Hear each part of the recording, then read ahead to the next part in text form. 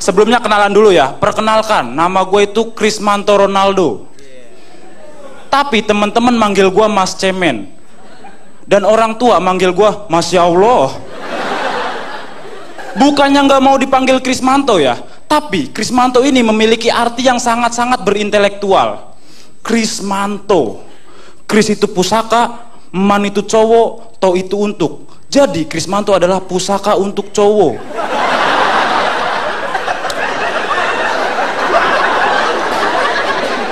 Jadi pusaka gue ini buat cowok.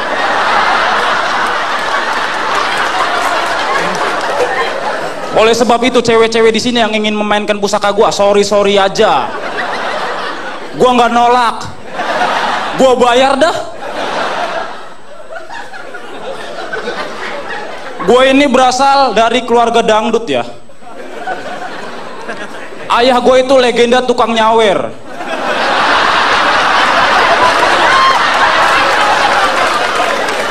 Dan bunda gue itu adalah pensiunan biduan dangdut. Oleh sebab itu, bunda gue kalau nasehatin gue perlu ada cangkok dan goyangan. Seperti ini. Kamu jangan nakal, jangan main terus, belajar yang benar biar kamu jadi pinter. Kan gak enak ya, mau gue sawer tapi ma gue.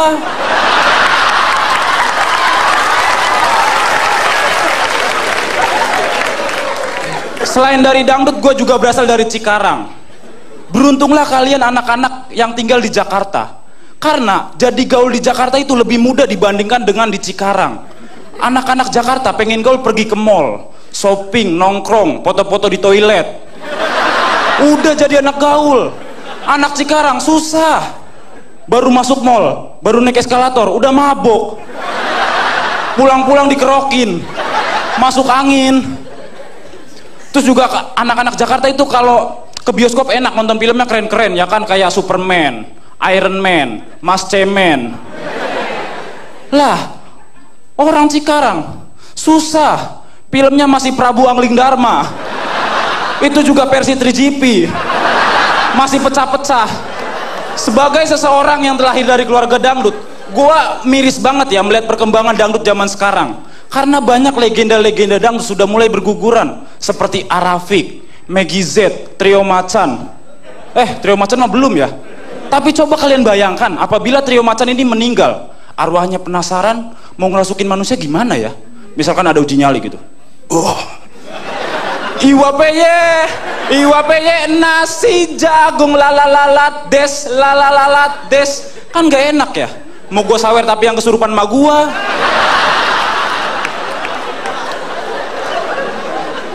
Dangdut itu berasal dari suara gendang, dangdut. Jadi enak didengar. Untung dari suara gendang ya, bukan dari suara rakyat. Kalau dari suara rakyat nggak ada yang mau dengerin. Asik, keren ya materi. Ya, kata Om Semi itu kalau stand up perlu ada pesannya. Biar selain dapat LPM juga dapat TTPM. Tepuk tangan per menit ya. Terus juga pas pemilu kemarin itu banyak banget ya caleg-caleg yang PDKT ke masyarakat, ya kan? Sama halnya kayak gue yang lagi PDKT sama cewek, asik. Ya, gue ini lagi PDKT sama cewek, namanya Sela. Nama panjangnya Selamat Malam. Iya, tadi gue telepon ceweknya ya. Halo, bisa bicara dengan Sela? Ya, saya sendiri. Saya juga sendiri. Jadian yuk. Tapi gue ini cowok sejati ya kan? Kalau PDKT itu ngajak ketemuan langsung, dinner bareng. Nggak kayak cowok zaman sekarang yang PDKT-nya cuma berani lewat HP kerennya, lewat BB.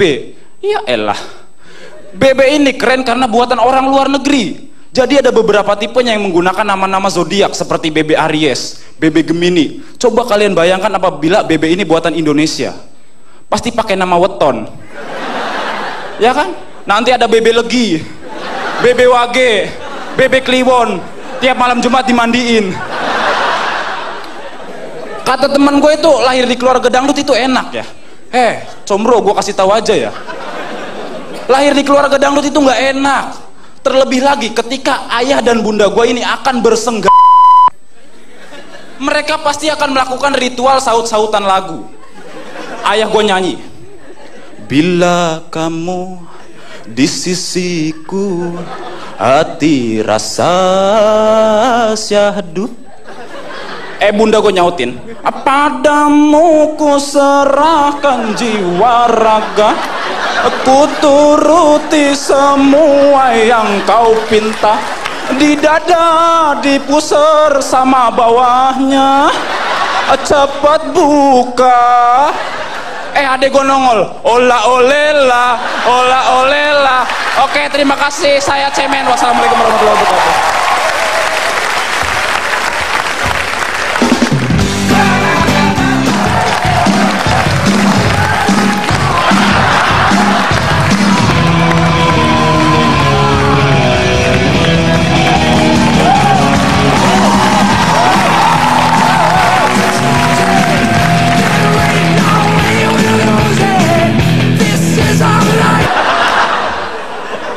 Selamat malam, luar biasa, tepuk tangan untuk kalian.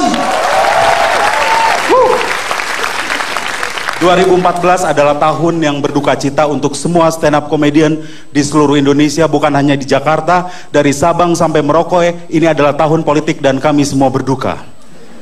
Karena presiden yang kita cintai, Susilo Bambang Yudhoyono, tidak bisa menjabat lagi. Sudah 2 periode, kami semua berduka, materi kami berkurang. Bang, lu kok berani banget sih ngomong? Sebenarnya walaupun gua tinggal di Jawa, gue ini orang Batak. Dan orang Batak tuh berani. Bukan berani karena benar. Berani karena Batak aja udah. Itu kenapa lu hot berani ya karena mereka Batak. Bukan mereka benar, bukan. Berani karena Batak, men. Dan profesi-profesi Batak kan biasanya kalau di atas jadi pengacara, kalau di bawah teman-teman gue jadi tukang tambal ban. Yang penting halal.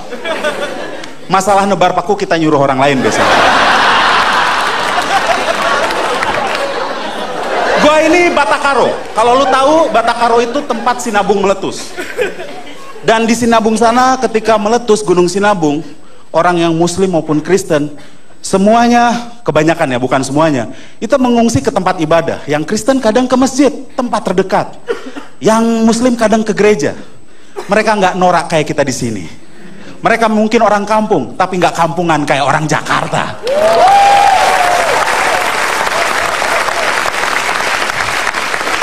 Gua udah 10 tahun menikah. 11 kayaknya ya, lupa gua. Nggak pernah ngerti. Gua punya istri, jarang gua bawa. Tapi gua tetap sayang sama istri gua. Belum tentu yang bawa-bawa itu sayang sama istrinya. Pernah beliin jam nggak tuh? Bawa-bawa doang. Thanks to stand up comedy, karena stand up comedy itu membuat nerd seperti gua tuh waktu SMP nerd, gua hobi baca, gua itu kutu buku, nggak gaul. Waktu SMA gua sedikit bergaul, kuliah gua salah bergaul memang. Dan stand up comedy itu memungkinkan nerd seperti gua become an entertainer, man. Keren kan? Gue juga mau share bahwa sebenarnya gue dan istri gue tuh punya ketertarikan yang berbeda. Gue kadang-kadang terlalu teoritis, istri gue kadang-kadang pragmatis. Tapi di satu saat gue pragmatis, istri gue teoritis. Misalnya, kalau istri gue bilang, jangan pernah tunda pekerjaan, semua kerjakan sekarang, jangan tunda pekerjaan. Kalau gue, kalau bisa ditunda, ya ditunda aja. Kalau semua dikerjain hari ini, besok lo mau ngapain? Gitu, men. Dan ketertarikan membaca kita tuh agak beda ya. Kalau gua tuh sukanya ya filsafat, sastra, politik. Kalau dia buku masak biasa ya. Gua nggak ada masalah dia suka buku masak, tapi nggak usah dipraktekin dong. Apalagi gua suruh nyoba, kan?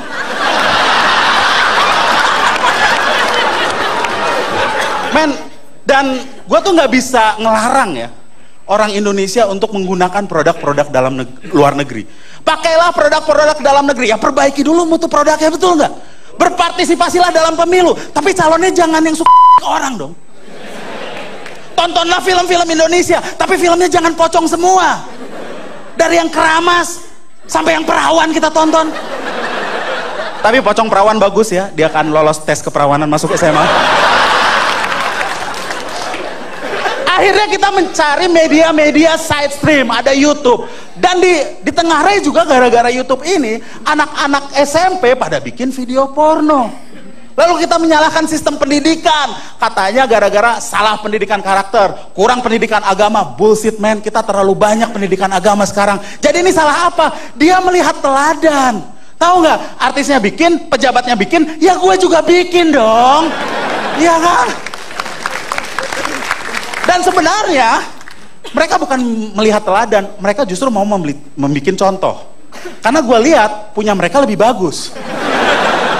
Pagi ini bikin yang bagus, oh iya memang lebih bagus gitu kan. Lalu disalahkan yang namanya teknologi. Gara-gara HP-HP sekarang sudah berkamera.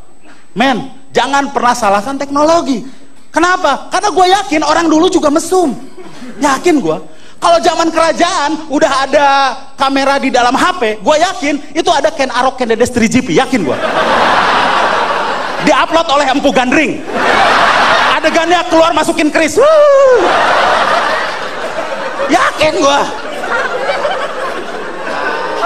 Lalu gue sekarang main Twitter, tetap main Facebook, gue nulis blog, lalu juga dikritik. Bang, lu kan udah hampir 38 tahun. Udah tua gue. Walaupun masih keren. 38 tahun. Lu masih main Facebook, lu masih main Twitter. Lu alay, Bang. Enggak. Yang alay itu bukan medianya, tapi isinya. Kalau isinya cemungut, ya confirm lu alay.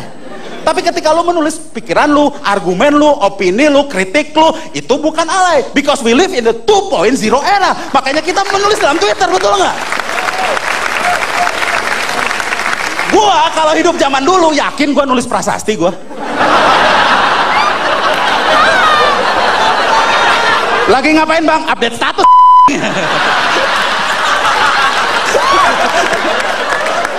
Yakin gua. Dan sekarang tuh sebenarnya orang Indonesia selalu disalahkan sebagai sebab ketertinggalan kita. Enggak men. Orang Indonesia itu bukan sebab ketertinggalan kita. Sebenarnya yang salah itu adalah sistem. Orang Indonesia katanya malas? Enggak. Orang Indonesia menurut survei yang dibuat oleh lembaga asing adalah orang-orang yang bangunnya pagi di seluruh dunia. Apalagi kalau puasa, jam 2 kita udah bangun. Dan bangsa mana di dunia bangun jam 2 mau makan, nyetel TV, joget dulu. Cuman di Indonesia men. Orang Indonesia tidak disiplin. Lu pernah ke Singapura? Gue yakin banyak yang udah pernah ke Singapura. Di sana ada aturan. Kalau lu makan permen karet didenda 500 Sing dollar. Dengan kurs sekarang itu sekitar 4,5 juta rupiah. Orang Indonesia pergi ke Singapura disiplin, nggak ada yang makan permen karet. Tapi lihat di Jakarta, ada busway diterobos, separator ada diterobos, separator ditinggikan diterobos. Ini sistem yang salah.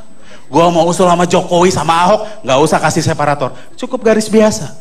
Tapi ada tulisan batas suci.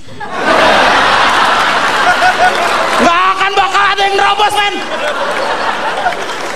Kenapa Indonesia seperti ini? Karena memang ada kesalahan. Orang Indonesia ini menganggap dirinya spesial. Semua orang Indonesia menganggap dirinya spesial. Lu lihat martabak, martabak semuanya spesial. Nggak ada martabak biasa-biasa aja, nggak ada. Gua kuliahin tukang martabak, bang sini bang. Lu tahu nggak artinya spesial bang? Disebut spesial karena jumlahnya sedikit, limited edition. Kalau jumlahnya banyak, apalagi yang spesial dari sebuah yang spesial itu bang. Lu jadi beli nggak? Oh, sorry.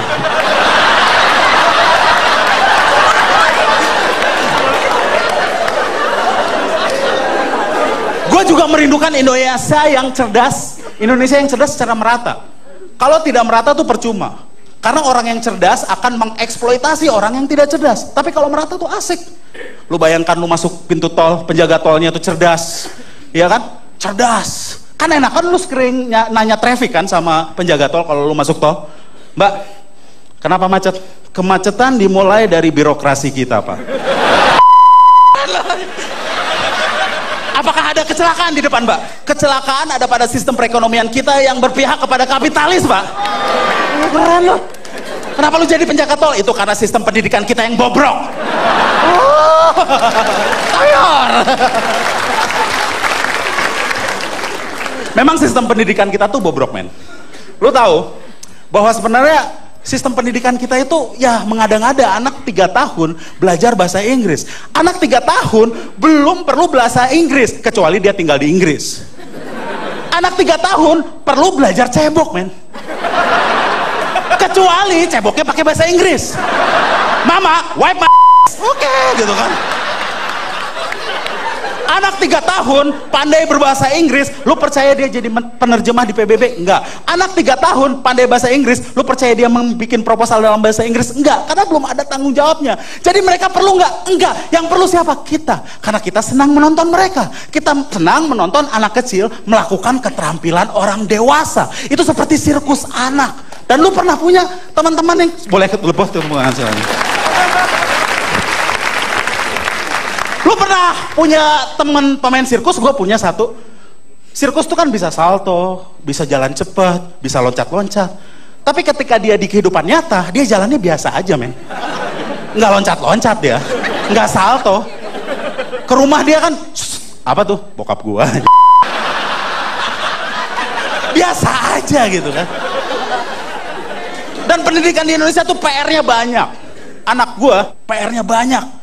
Mau gua keluarin gak enak, udah bayar uang pangkal. Ya udahlah ya, kasihan deh lo. Lapor Kaseto ya. PR-nya banyak, tapi apakah dengan PR banyak itu pendidikannya bagus? Enggak, men. Ternyata pendidikan yang bagus itu ada di Finlandia, yang 40 tahun sistemnya tidak berubah. Di Indonesia setiap ganti menteri sistemnya berubah, dan ternyata bukan sistemnya yang berubah, cuman terminologinya yang berubah. Lo tahu? Dulu Eptanas, sekarang UN. Itu sebenarnya sama-sama aja. Terminologinya aja yang berubah. Sebenarnya sistemnya nggak berubah. Dulu kita sekolah 1 sampai 6, 1 sampai 3, 1 sampai 3. Sekarang 1 sampai 12. Apakah berubah? Enggak. Terminologinya aja yang berubah. Karena menuju kelas 7 orang harus pindah ke SMP juga. Menuju kelas 9 orang harus pindah ke SMA. Artinya cuma terminologinya yang berubah. Jadi menurut gua mungkin menteri yang dulu tuh hanya bisa ngitung sampai 16. Sekarang bisa 1 sampai 12. Jagoan gua. Hanya mengubah terminologi, men. Dan ternyata pendidikan yang bagus di Finlandia nggak ada PR-nya. Tidak ada PR-nya, tapi lu lihat hasilnya. Ada Nokia, ada pembalap-pembalap, Kimi Raikkonen, Mika Hakkinen, Ari Vatanen, semuanya dari Finlandia. Semuanya dari Finlandia. Kenapa mereka bisa juara F1? Karena nyetirnya fokus, nggak mikirin PR.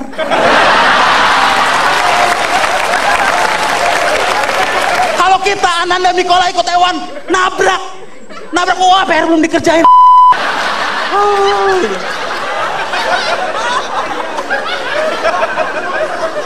UN, ujian nasional. Ini juga bukti ketidakadilan di negara ini. Bayangkan, dari Sabang sampai Merauke, Papua yang fasilitasnya seperti itu. Jangankan Papua, di Banten ada daerah namanya Lebak. Orang kalau mau pergi sekolah di situ harus manjat-manjat dulu kayak Indiana Jones. Soalnya sama dengan anak-anak kita yang ada di Jakarta yang sudah melek internet. Tidak adil kan? Jangankan soal ketidakadilan, ternyata penyelenggaraannya juga carut-marut. Pernah soalnya itu terlambat. Kenapa? Karena distribusi soal terpusat. Harusnya kan gak usah terpusat kan. Kalau gue jadi menteri pendidikan mah gampang aja. Gue kirim email semua guru-guru print, fotokopi, selesai kan. Gak mungkin telat. Kenapa tidak dilakukan seperti itu? Karena takut guru-guru di daerah membocorkan soal. Nah ini ada sistem yang pusat tidak percaya kepada guru-guru di daerah, terus gue harus nyekolahin di sistem yang mereka sendiri tidak percaya. Iya. Mari kita gugat mereka, pejabat-pejabat. Kenapa nyekolahin anaknya di luar negeri? Ini sistem bapak yang buat. Ini sistem bapak yang urus. Kenapa bapak menyekolahkan anak di luar negeri? Ini sistem bapak yang urus. Justru karena gue yang ngurus, bro. Gue nggak percaya sama diri gue sendiri. Iya kan? Itu kan kayak kosmetik. Kosmetik murah, tapi bintang iklannya cewek-cewek cantik. Dan lu percaya cewek-cewek itu pakai, dan lu akhirnya pakai supaya secantik mereka, padahal lu udah nggak ketolong.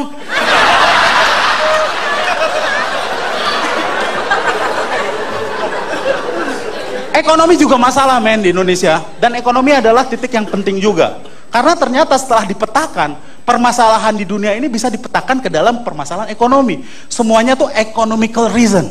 Termasuk masalah hubungan cowok sama cewek. Itu masalah economical reason, men. Kenapa cewek cantik harganya mahal? Karena itu masalah supply and demand. Supply-nya sedikit, permintaan banyak, harga naik. Jual mahal mereka. Kalau cewek jelek itu jumlahnya sedikit, gua yakin yang jelek jual mahal. Sayang, kamu kok jual mahal? Aku kan jelek.